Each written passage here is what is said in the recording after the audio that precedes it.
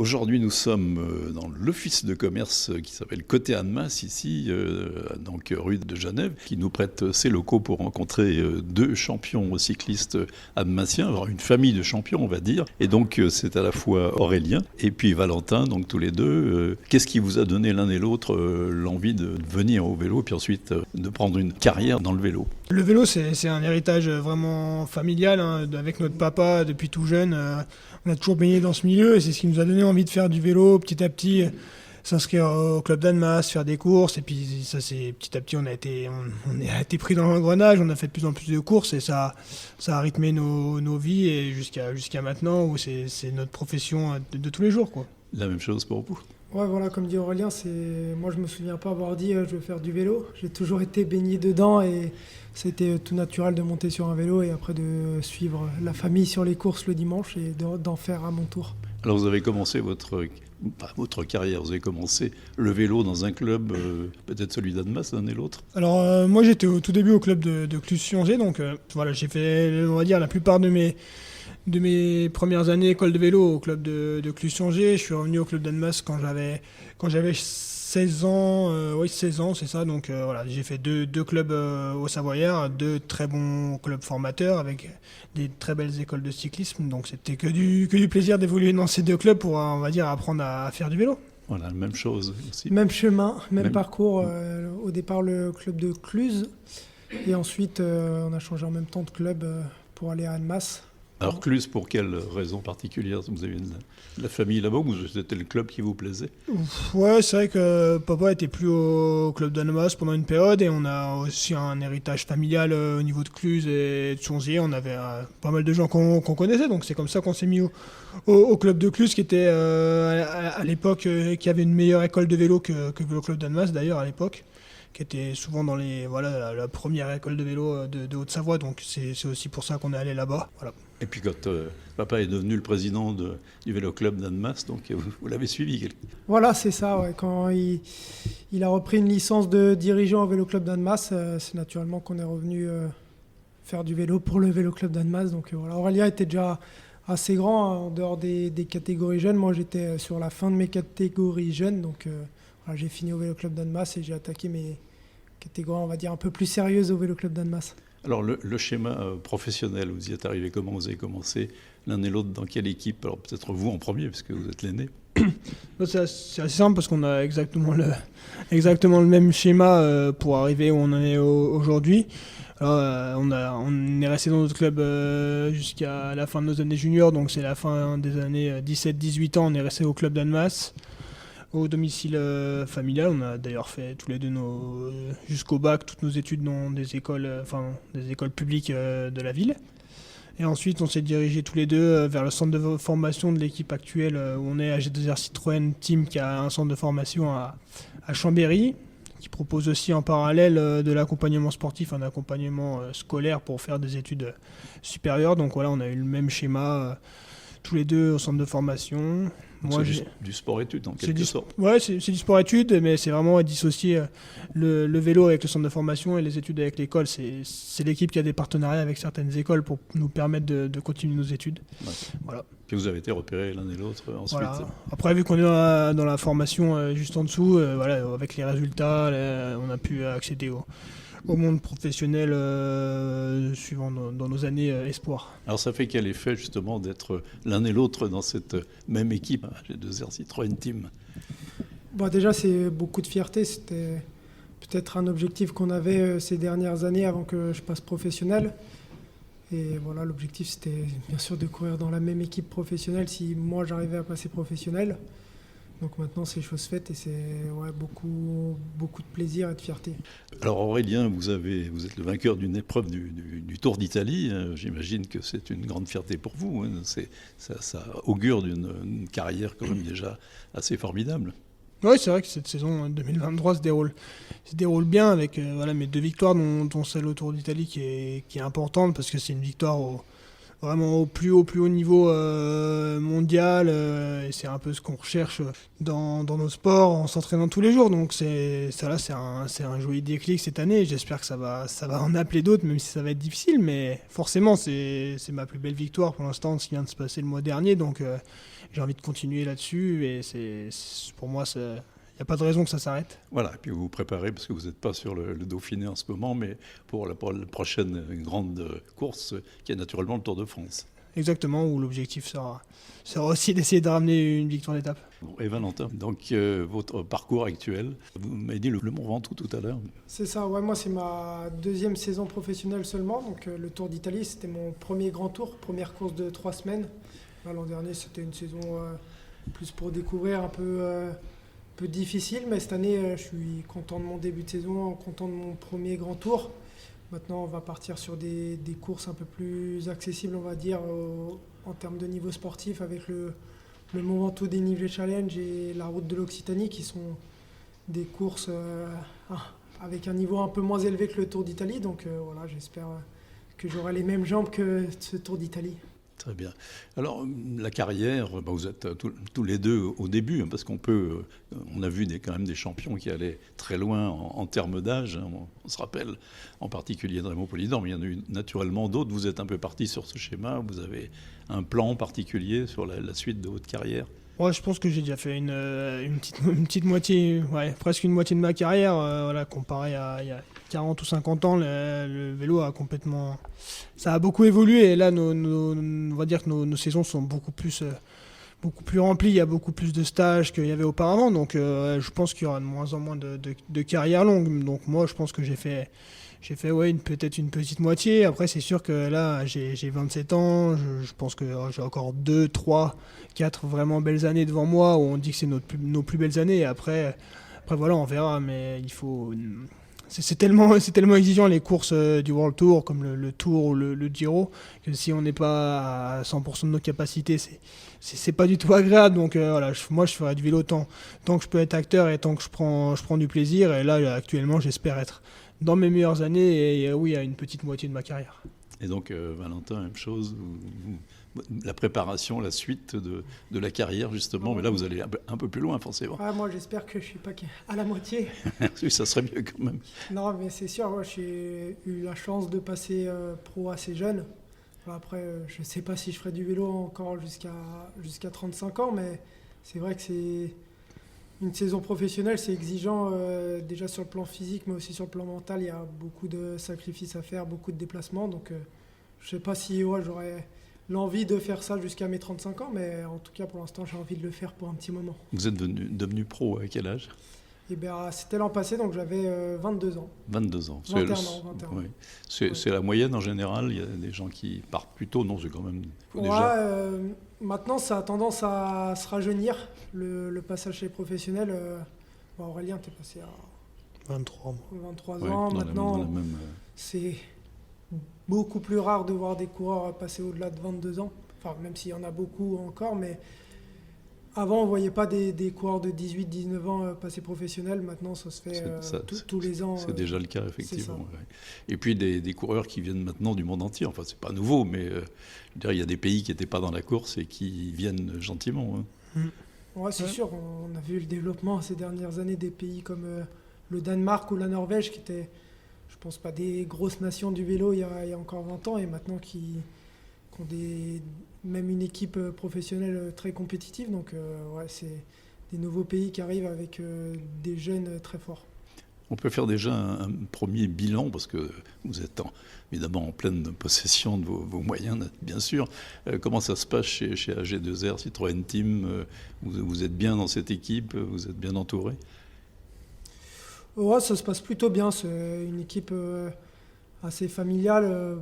Beaucoup de Français, on parle en majorité français, même s'il y a un petit tiers d'étrangers, je pense, dans l'équipe. Mais on s'y sent bien, comme dans notre famille, j'ai envie de dire. C'est vraiment plaisant, même en stage, tout le monde s'entend bien, il y a vraiment une bonne ambiance. Donc avec l'équipe, c'est vraiment plaisant. Ça se passe dans quelle région? Vous êtes basé où avec l'équipe? On est basé à la Motte Servolex, juste à côté de Chambéry. Et on est oui, ça fait pas loin. C'est ça, ouais. On est un petit groupe de coureurs là, habités autour du service course de la base de l'équipe. Donc voilà, c'est aussi un petit avantage d'être proche. Et l'entraîneur, certainement quelqu'un qu'on connaît bien, on peut rappeler son nom. Vas-y. Le manager de l'équipe. Manager de l'équipe. Ouais, donc le manager de l'équipe, c'est Vincent Lavenu.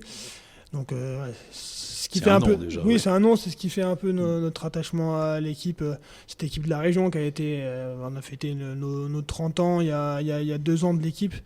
Voilà, ça montre aussi le statut d'AG2R Citroën Team, une équipe une équipe aussi longue à un aussi haut niveau, ça se fait rare dans le peloton.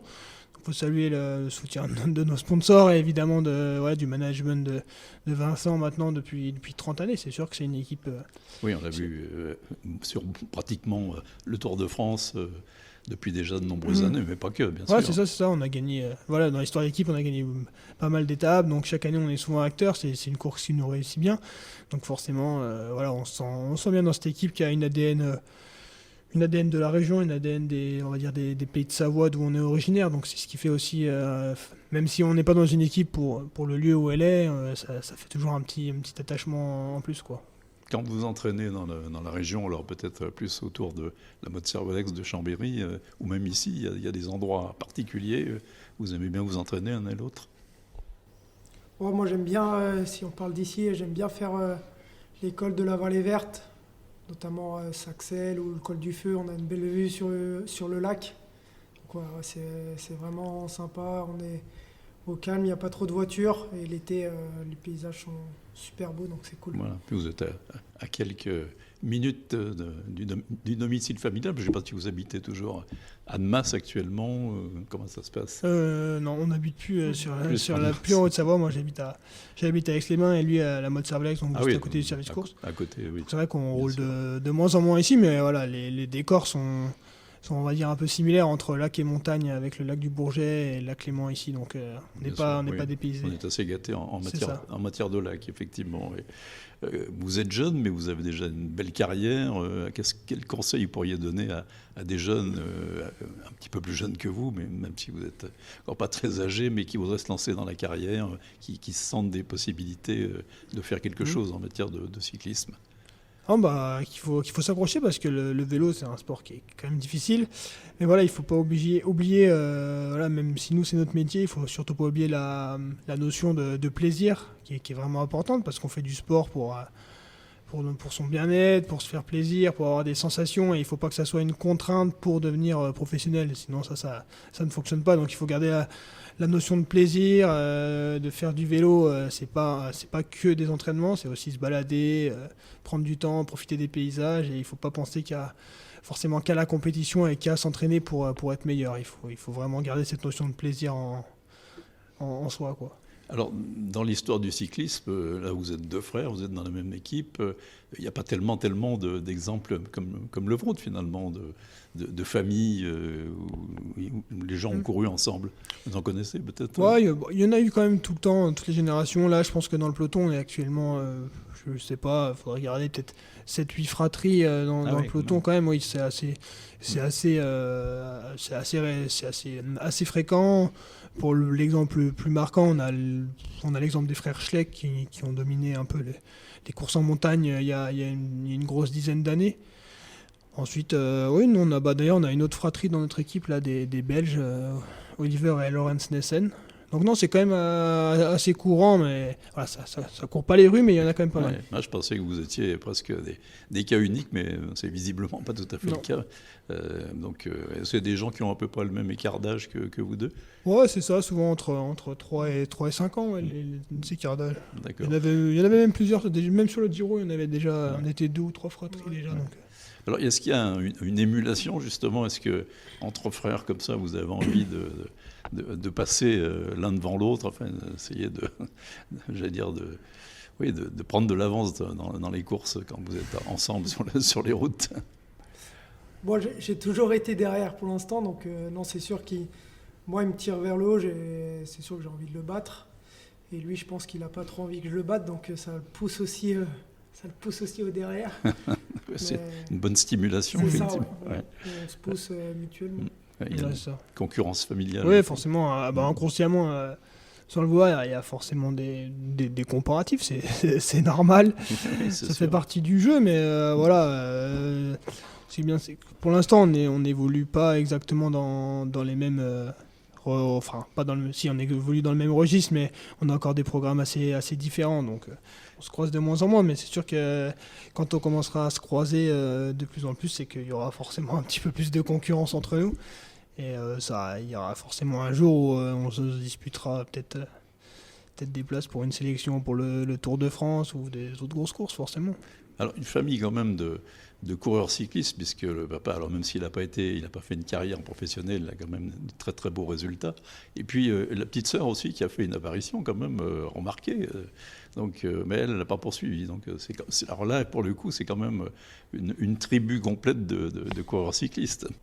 Ouais, c'est vrai que c'est une tribu complète. Après, voilà, notre sœur était complètement différente de nous. C'était plutôt une sprinteuse, nous, plutôt des grimpeurs. Après, voilà, c'est vrai que c'est le principal frein, c'est que le cyclisme féminin est quand même beaucoup moins développé que le cyclisme masculin. Il y a beaucoup moins d'infrastructures, beaucoup moins de moyens. Et c'est quand même dur vraiment de vivre du sport en étant une féminine encore actuellement, même si ça se développe énormément. Donc voilà, c'était ça un petit peu le frein aussi. Il y a des équipes professionnelles dans le cyclisme féminin à l'heure actuelle. Ouais, il commence à y avoir beaucoup d'équipes. La plupart des équipes World Tour masculines ont des structures féminines en dessous. Donc ouais, il y a de plus en plus de structures avec des beaux moyens, des beaux budgets.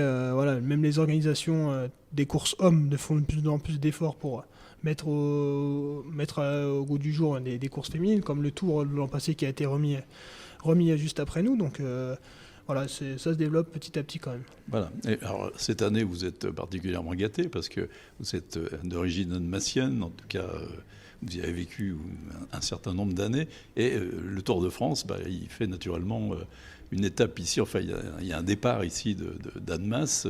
J'imagine que pour vous, ça va être quand même particulier parce que vous serez dans la course.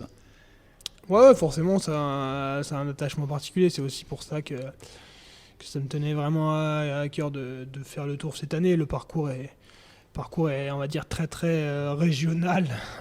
Voilà, presque 50% des étapes dans la région, donc ça va être des beaux moments. On sait que c'est compliqué pour les supporters, les proches, la famille de venir sur les courses tout au long de l'année. Donc là, au mois de juillet, plusieurs jours d'affilée dans la région, dans le département, ça va permettre à beaucoup de monde de venir voir le Tour. Et c'est vrai que le départ à Annemasse, c'est un peu on va dire la cerise sur le gâteau.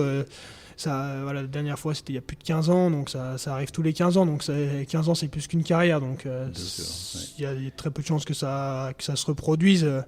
Donc voilà, c'est pour ça que j'ai envie de vivre ce moment. Bien sûr. Alors des supporters, bien sûr, mais aussi la famille. Hein. Je pense que voilà, la petite sœur, le papa et puis Valentin, vous serez sur le bord des routes pour supporter justement Aurélien, parce que là, il compte sur vous.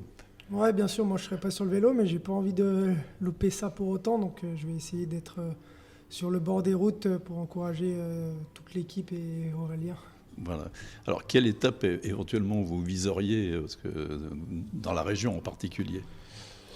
Ouais, moi j'ai pas encore tout regardé le parcours, mais c'est vrai que toutes les étapes moi pour m'illustrer, c'est forcément une étape de montagne, donc avec une échappée. Donc voilà, le principal, on va dire, intérêt ou atout de l'étape Annemasse-Morzine, c'est que l'arrivée n'est pas au sommet. Donc là, quand l'arrivée n'est pas au sommet, souvent les favoris se disputent un petit peu moins la victoire. Donc voilà, c'est vraiment une très très belle étape pour les échappées, même si elle est assez courte, donc pour prendre de l'avance, ça risque d'être un petit peu compliqué, mais voilà, c'est une étape qui est parfaitement tracée pour aller chercher une victoire d'étape en échappée. Voilà, après ensuite, il y a plein de belles étapes. Quand on va arriver à Saint-Gervais, il y a aussi l'étape au col de la Louse qui va être très belle et intéressante, mais ça reste une arrivée au sommet, donc ça sera encore différent. D'accord. Enfin, vous aimeriez bien, j'imagine, pas besoin de poser la question d'ailleurs, vous illustrer dans l'une de ces étapes. Ouais, évidemment, ouais. Ça sera le but. Moi, voilà, toutes les étapes alpestres sont importantes déjà pour moi, pour me glisser à l'avant et essayer de chercher une victoire, mais aussi voilà, pour l'équipe, parce que on veut toujours briller, voilà, même si l'équipe est originaire de Savoie, en Haute-Savoie, c'est très proche, donc on a besoin de se montrer et de faire part nos couleurs à l'avant, quoi. Oui, c'est l'équipe des Pays de Savoie. On va élargir un petit Exactement. peu. Absolument. Et Valentin, donc l'année prochaine, peut-être le but aussi de figurer d'être déjà dans le tour. Ouais, je ne sais pas si c'est un objectif pour l'instant de faire le tour dès l'an prochain. Il y a encore le temps, je suis au début de ma carrière, on verra aussi le plan de l'équipe et ce qu'elle veut pour moi. Mais voilà, je ne suis pas pour l'instant pressé de faire le Tour de France à tout prix. Bon, je vais louper Annemasse cette année, donc voilà, l'an prochain, à mon avis, ce ne sera pas Annemasse, donc j'aurai aucune raison de vouloir le faire effectivement. Urgemment. Voilà. Alors, en attendant, donc direction le Mont Ventoux, hein, c'est la première course, c'est tout de suite. Hein. C'est ça, ouais. Mardi, la reprise au Mont Ventoux, ça sera ma première course après le Tour d'Italie, donc on verra comment les jambes seront. C'est un beau parcours avec 2 fois la montée du Mont Ventoux, donc ça parlera aussi aux amateurs de cyclistes. Oui, parce qu'il y a quand même quelques étapes célèbres et puis des bagarres assez épiques dans ce Mont Ventoux. De toute façon, il est incontournable dans la carrière d'un coureur cycliste. Ouais, voilà, je pense que c'est pas possible de faire une carrière de cycliste sans monter le Mont Ventoux.